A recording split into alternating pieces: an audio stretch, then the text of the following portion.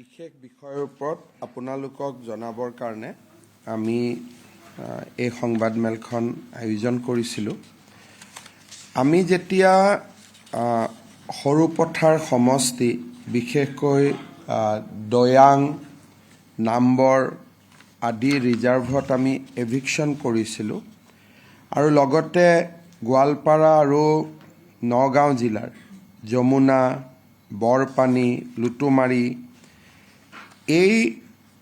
Reserve forest এৰিয়াসমূহত আমি eviction কৰিছিলোঁ আৰু এই এভিকশ্যনৰ ফলাফল হিচাপে আপোনালোক সকলোৱে জানে, মই ৰেভিনিউ লেণ্ডৰ কথা কোৱা নাই, অকল ফৰেষ্ট মাটি এতিয়ালৈকে আমি 1,25,326 বিঘা মাটি আমি এতিয়ালৈকে আমাৰ ফৰেষ্টৰ এনক্ৰ'চ মাটি আমি এতিয়ালৈকে মোকলাব পাৰিছোঁ। আৰু যদি ৰেভিনিউৰ ফিগাৰটো লৈ লওঁ 1,60,000 ই ওপৰ হ'বগৈ, কিন্তু আজি আমাৰ আলোচনাটো আমি অকল ফৰেষ্টৰ মাটিৰ ওপৰত সীমাবদ্ধ ৰাখিব খুজিছোঁ। ফৰেষ্টৰ যিটো মাটি, এই ফৰেষ্টৰ যিটো মাটি বৰ্তমানলৈকে আমি যি এভিকশ্যন কৰিছোঁ সেইটো হ'ল 1,25,326 বিঘা। যেতিয়া আমি এভিকশ্যন কৰিলোঁ তাৰ পিছত কিছু সংখ্যক এনক্ৰ'চাৰে কওঁ বা ব্যক্তিয়ে কওঁ, তেওঁলোকে উচ্চতম ন্যায়ালয়ত এটা আবেদন কৰে যে অসম চৰকাৰৰ উচ্ছেদ কৰাৰ অধিকাৰ নাই। আৰু অনাৰেবল সুপ্ৰিম কোৰ্টে কিছু পিটিশ্যনাৰৰ ওপৰত ৰাফলি এৰাউণ্ড 300 পিটিশ্যনাৰক উচ্ছেদ নকৰিবলৈ আমাক নিৰ্দেশ দিয়ে। আৰু তাৰ বেচিছত গোলাঘাট জিলা আৰু নগাঁও জিলাত আমি লাৰ্জ এৰিয়া এটা এভিকশ্যন কৰিলেও 10% 15% আমি মাটি এভিকশ্যন কৰিব পৰা নাছিলোঁ। আৰু গোটেই বিষয়টো সুপ্ৰিম কোৰ্টলৈকে ইয়াক প্ৰেৰণ কৰা হয়। সুপ্ৰিম কোৰ্টত এই গোচৰটো সন্মানীয় ন্যায়াধীশ আমাৰ সুপ্ৰিম কোৰ্টৰ সন্মানীয় যি খণ্ডপীঠ আছে, য'ত দুজনকৈ আমাৰ জাজ থাকে, এই জাজৰ ভিতৰত আলোক আৰাধে যিজন সন্মানীয় ন্যায়াধীশ, তেওঁ যোৱাকালি খুব এটা ইম্পৰ্টেণ্ট জাজমেণ্ট অসমৰ কাৰণে দিয়ে। আৰু অসমৰ গোটেই ফৰেষ্টৰ মাটি আমি উচ্ছেদ কৰিবলৈ যাওঁতে অসম চৰকাৰক কিছু নিৰ্দেশাৱলী দিয়ে। প্ৰথম এটা কথা আদালতে স্পষ্ট কৰি দিয়ে যে ফৰেষ্টৰ মাটি হ'লে ৰাজ্য চৰকাৰৰ এভিকশ্যন কৰা অধিকাৰ আছে। কিন্তু এভিকশ্যন কৰোঁতে এখন আমি কমিটি গঠন কৰিব লাগিব, যিখন কমিটিত DC থাকিব আৰু ফৰেষ্টৰ অফিচাৰ থাকিব। তেখেতসকলে এভিকশ্যনৰ নটিচ দিব। আৰু কোনোবাই যদি ক'ব বিচাৰে যে আমাৰ মাটিখিনি ফৰেষ্টত নহয় বা আমি ফৰেষ্টৰ ভিতৰত নপৰোঁ,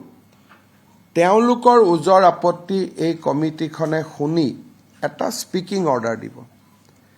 আৰু স্পিকিং অৰ্ডাৰটো দিয়াৰ লগে লগে যদি এই কমিটিখনে ধৰি লয় যে এই মাটিখিনি ফৰেষ্টৰ মাটি, এটা স্পিকিং অৰ্ডাৰ দিব। আৰু স্পিকিং অৰ্ডাৰৰ 15 দিনৰ ভিতৰত ৰাজ্য চৰকাৰে এভিকশ্যন কৰিব পাৰিব। এই জাজমেণ্টটো ন্যায়মূৰ্তি আলোক আৰাধে দিয়ে, কিন্তু লগত নৰসিম্হা ন্যায়মূৰ্তি তেখেতো আছিলে গতিকে এইটো দুজনীয়া আদালতৰ এটা ৰায় ইয়াৰ ফলত আমাৰ অসমৰ ফৰেষ্টৰ এভিকশ্যনৰ ক্ষেত্ৰত মাজে মাজে আদালতৰ পৰা ষ্টে অৰ্ডাৰ যি আদিৰ সমস্যা আছিলে যেহেতু সুপ্ৰিম কোৰ্টৰ এইটো ল সুপ্ৰিম কোৰ্টে কোৱাৰ পিছত আৰু ইণ্ডিয়াত বেলেগ কোনো কথা নাথাকে এতিয়া আমাৰ কাৰণে গোটেই প্ৰচেছটো এটা ষ্ট্ৰীমলাইন হৈ গ'ল যে কমিটি এখন থাকিব কোনোবাৰ উজৰ আপত্তি থাকিলে কমিটিখনত দিব কমিটিয়ে যদি কয় যে নহয় এইটো ফৰেষ্টৰে মাটি তেতিয়াহ'লে কোনো কথা নাই স্পিকিং অৰ্ডাৰ দি 15 দিনৰ ভিতৰত এভিকশ্যন কৰিব পাৰিব আৰু কমিটিয়ে যদি কয় যে নহয় এইটো ৰেভিনিউ লেণ্ড তেতিয়াহ'লে ৰেভিনিউ অথৰিটিয়ে নেক্সট ষ্টেপ ল'ব এতিয়া আমি যিখিনি ফৰেষ্ট ডিপাৰ্টমেণ্টে যিখিনিত উচ্ছেদ অভিযান হাতত লয় ইউজুৱেলি ফৰেষ্ট লেণ্ডতে লয় আৰু আমাৰ ফৰেষ্ট লেণ্ডৰ নটিফিকেশ্যন আদি গোটেই থাকে এতিয়া গুৱাহাটী হাইকোৰ্টে আমাক সময় দিছিলে এমাহ যে আমি এমাহ সময় দিব লাগিব এভিকশ্যনৰ কাৰণে সুপ্ৰিম কোৰ্টে ইয়াক 15 দিনলৈকে ক'লে যে 15 ডেজতে আমি কৰিব পাৰোঁ যদি committee is of the view that এই লেণ্ড বা এই মাটি আমাৰ এনক্ৰচমেণ্টত আছে বা ই ফৰেষ্টৰ মাটি হয় মই ভাবোঁ যে ই এটা লেণ্ডমাৰ্ক ডিচিশ্যন অসমৰ কাৰণে আজি মই আছোঁ কাৰণে হয়তো ব্যক্তিগত ইনিচিয়েটিভ আছে চন্দ্ৰমোহন পাটোৱাৰী আছে কাৰণে হয়তো ব্যক্তিগত ইনিচিয়েটিভ আছে কিন্তু এতিয়াৰ পৰা ব্যক্তিগত ইনিচিয়েটিভৰ প্ৰয়োজন নহ'ব ই এটা ছিষ্টেম হৈ গ'ল যে সুপ্ৰিম কোৰ্টে প্ৰথম ঘোষণা কৰিলে যে ফৰেষ্টৰ মাটিত এনক্ৰচমেণ্ট হ'ব নোৱাৰে নাম্বাৰ 2 যদি এনক্ৰচমেণ্ট হৈছে চৰকাৰৰ এভিকশ্যন কৰাৰ ৰাইট আছে আৰু এভিকশ্যন কৰোঁতে এই মাটি ফৰেষ্টৰ নে ৰেভিনিউৰ তাৰ ওপৰত ডিচিৰ নেতৃত্বত যিখন কমিটি থাকিব ৰেভিনিউ আৰু ফৰেষ্ট ডিপাৰ্টমেণ্টৰ তেওঁলোকে সিদ্ধান্ত ল'ব পাৰিব আৰু সিদ্ধান্ত লোৱাৰ 15 দিনৰ ভিতৰত আমি তেওঁলোকক উচ্ছেদ কৰিব পাৰিম যোৱাকালিৰ যিটো judgement it is A historical judgement বহুত মানুহে এভিকশ্যনৰ ক্ষেত্ৰত বিভিন্ন ধৰণে প্ৰশ্নবোধক চিন লগাই আছিলে বা বিভিন্ন মাইনৰিটি সংগঠনসমূহে আপত্তিও কৰিছিলে আৰু যোৱাকালি কোৰ্টতো এই পিটিশ্যনাৰসকলৰ হৈ ইণ্ডিয়াৰ ডাঙৰ ডাঙৰ এডভোকেটসকলেও তেওঁলোকে এপিয়াৰ কৰিছিলে কিন্তু ফাইনেলি অসম চৰকাৰে এটা ঐতিহাসিক আইনী বিজয়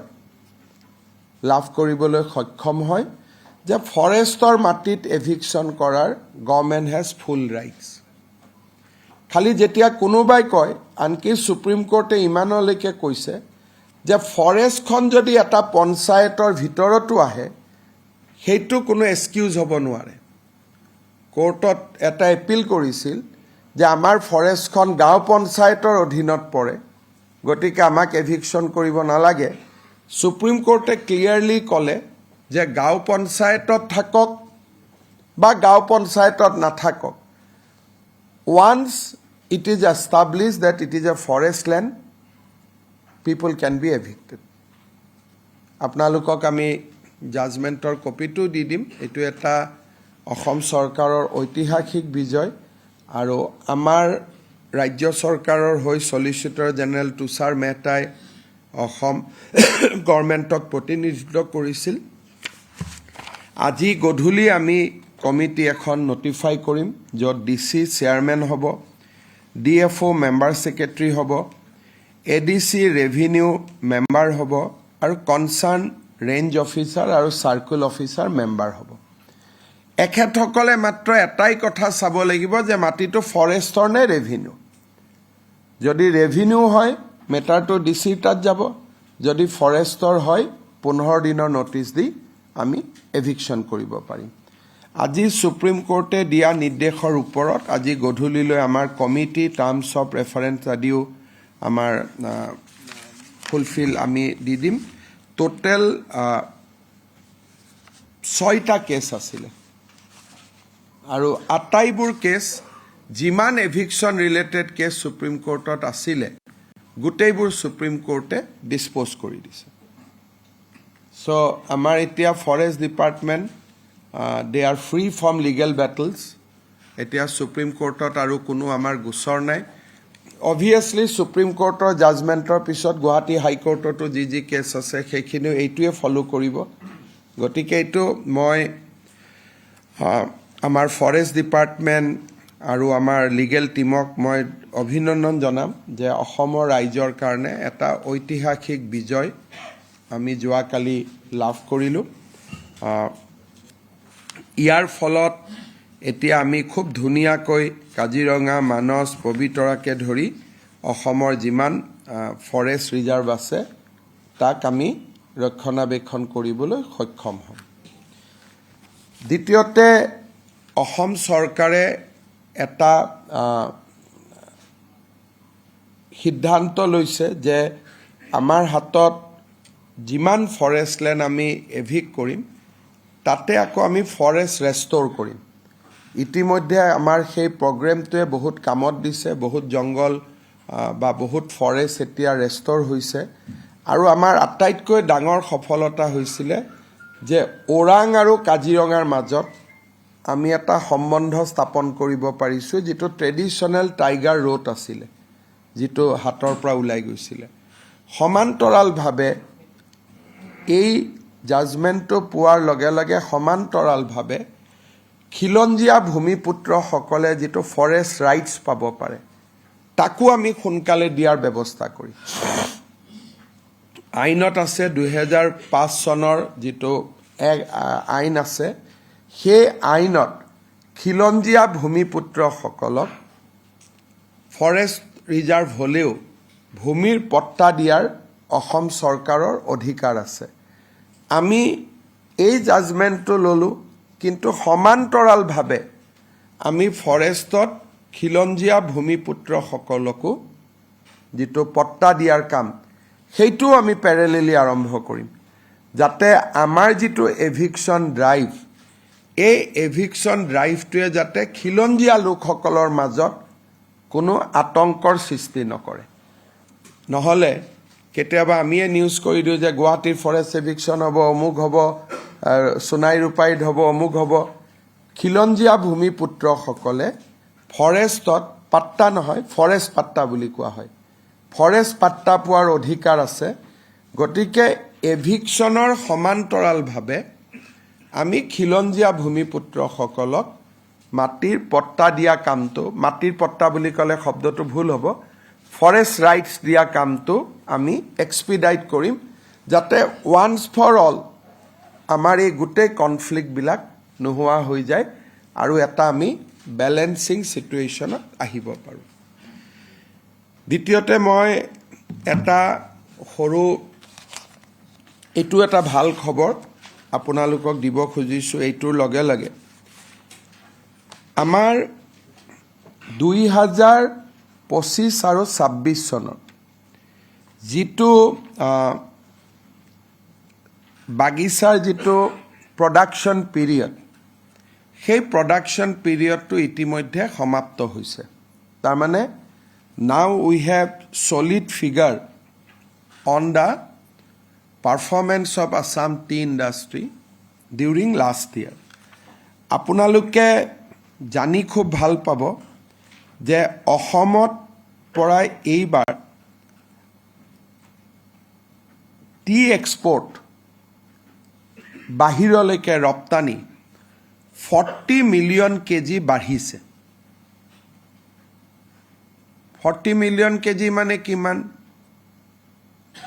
আপোনালোকে জানিব যে 10 লাখ কেজিত 1 মিলিয়ন 10 লাখ কেজিত যদি 1 মিলিয়ন হয় তাৰমানে 40 মিলিয়ন কেজিত ইট ইজ অলমোষ্ট 4000 কেজি আপোনাৰ অসমৰ